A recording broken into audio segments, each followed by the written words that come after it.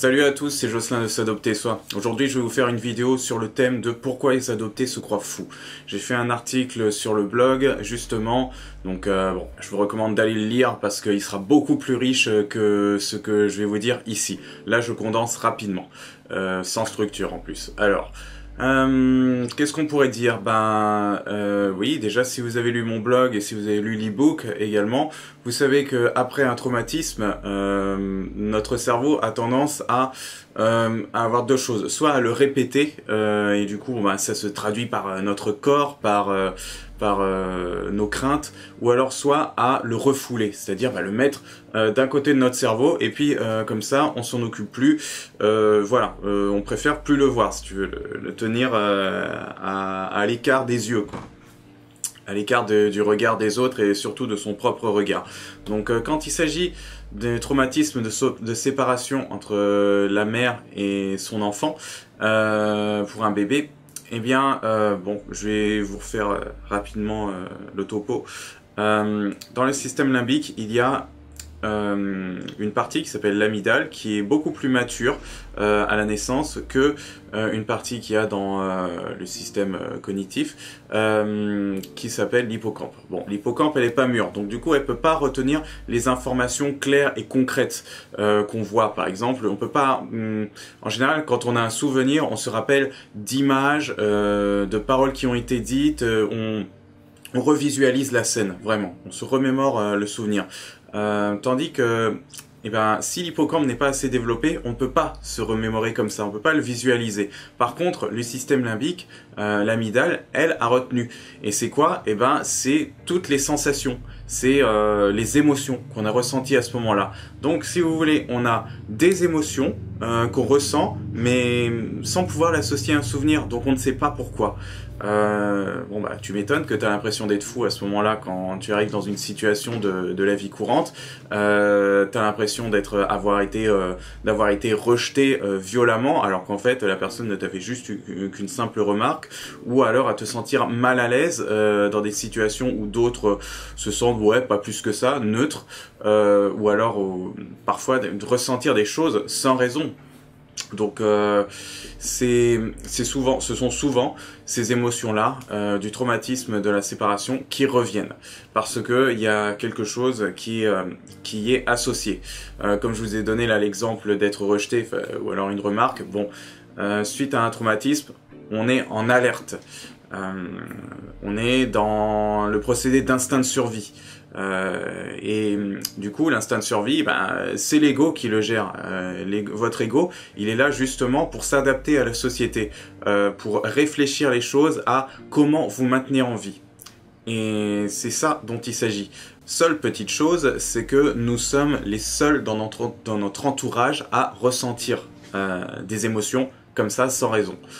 Et quand notre famille, elle ne comprend pas justement cette notion de reflet génétique dont on a besoin, je refais un rapide récapitulatif. Le reflet génétique, c'est se reconnaître en l'autre par des caractéristiques génétiques, pas des caractéristiques d'imitation, parce que l'enfant fait de l'imitation avec les personnes avec lesquelles il est le plus proche. Mais les caractéristiques génétiques, c'est quelque chose d'ancré, qui est déjà là. Donc ça ne s'imite pas, c'est déjà c'est spontané, si vous voulez. Cette spontanéité-là, certains adoptés ne l'ont pas d'office. Certains adoptés ont du mal à être spontanés envers les gens justement parce qu'ils sont en alerte, parce qu'ils sont en train de réfléchir. Leur ego est là à scruter tous les moindres signes de est-ce qu'ils vont être rejetés ou abandonnés, qu'est-ce qu'il faut dire dans cette situation de bien. Bref, il y a quand même la peur d'une émotion intense.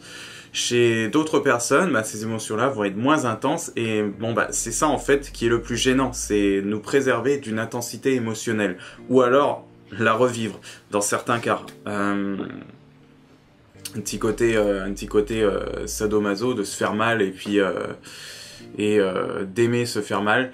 Par exemple, le fait de reconfirmer dans ses relations amoureuses qu'on va être abandonné, que toute relation de toute manière se termine par un abandon, qu'il y a une fin à chacune, et puis c'est comme ça que voilà, et on imagine déjà les périodes et on intellectualise et puis on se dit ah à ce moment-là ça devrait péter et puis ça devrait pas tarder. Bah ouais, mais en fait là on se convainc de quelque chose. En plus de ça, on vibre le fait que ça va s'arrêter. Et surprise, qu'est-ce qui se passe? Bah ça s'arrête parce qu'en fait on met toutes les conditions inconsciemment pour que ça s'arrête. Voilà. C'est où est le plaisir, où est le bénéfice secondaire, c'est de reconfirmer le traumatisme. C'est-à-dire, voilà, je te l'avais dit, il faut faire attention, j'avais raison. Donc là, c'est l'ego qui a peur, qui ne voulait pas mourir, et du coup, il a préféré anticiper tout ça.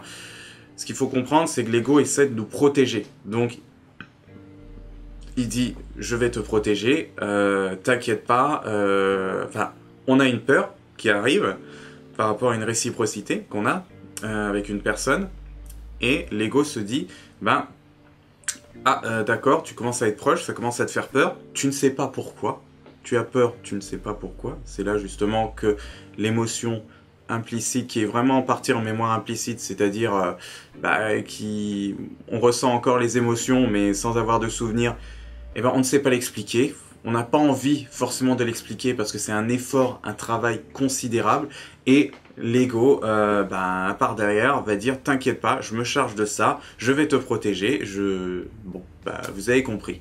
Les adoptés peuvent se croire fous à certains moments, pas seulement hein, je dis adoptés, mais il y a aussi des orphelins dont les parents sont morts, bon, qui ont été adoptés par la suite sûrement, et d'autres personnes qui ont vécu peut-être même une séparation avec leur mère biologique qui a duré 3 semaines, voilà, elle est partie en vacances, l'enfant comprend pas la permanence du temps, hein, donc lui, tout ce qu'il voit c'est que la mère est partie et qu'il devra se débrouiller sans elle, même s'il a des gentils grands-parents de substitution ou alors des nourrices, voilà, c'est de sa mère dont il a besoin. Donc ces choses-là, ces émotions en fait sont normales après un traumatisme. On peut pas vraiment dire que c'est de la folie de ressortir ces choses-là. Alors oui, en psychiatrie, eux, ils sont pas très au courant de cette blessure primitive.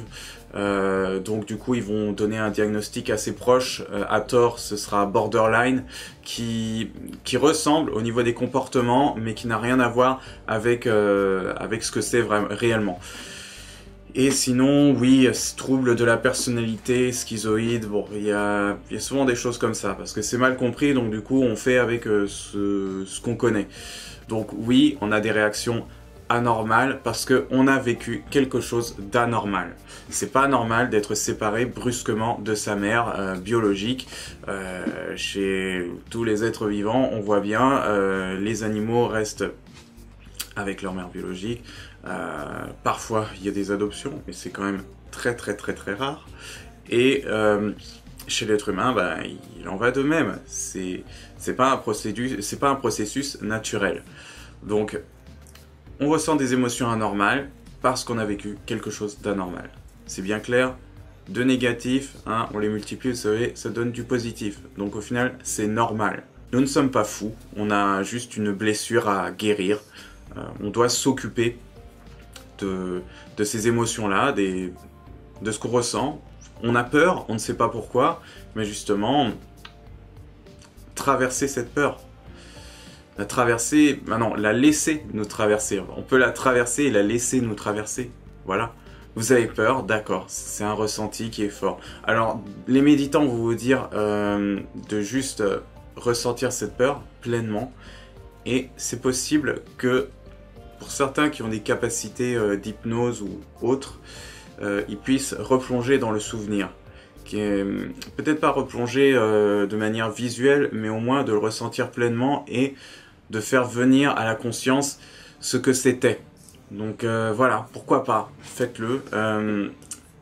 Et plein de petites actions aussi que vous pouvez mener dans le quotidien. Après là, c'est du domaine du mental, de l'ego. Donc participer dans une association, à aider les gens. Vous aurez des collègues avec qui vous discuterez et puis en plus vous donnerez en fait sans rien attendre en retour, c'est juste donner. Vous aurez l'impression de faire le bien autour de vous. Partager les belles choses qui vous est arrivées dans la journée avec un ami ou même des connaissances, des collègues de boulot. Voilà, c'est donner un petit peu d'amour autour de soi. Qu'est-ce qu'il y aurait d'autre? Du sport, faites du sport, ça vous fera sentir bien. Là, évidemment, je donne les conseils à la volée, mais bon, bah, voilà, c'est ce qui est. Bon, je vous remercie d'avoir écouté cette vidéo et je vous dis à la prochaine.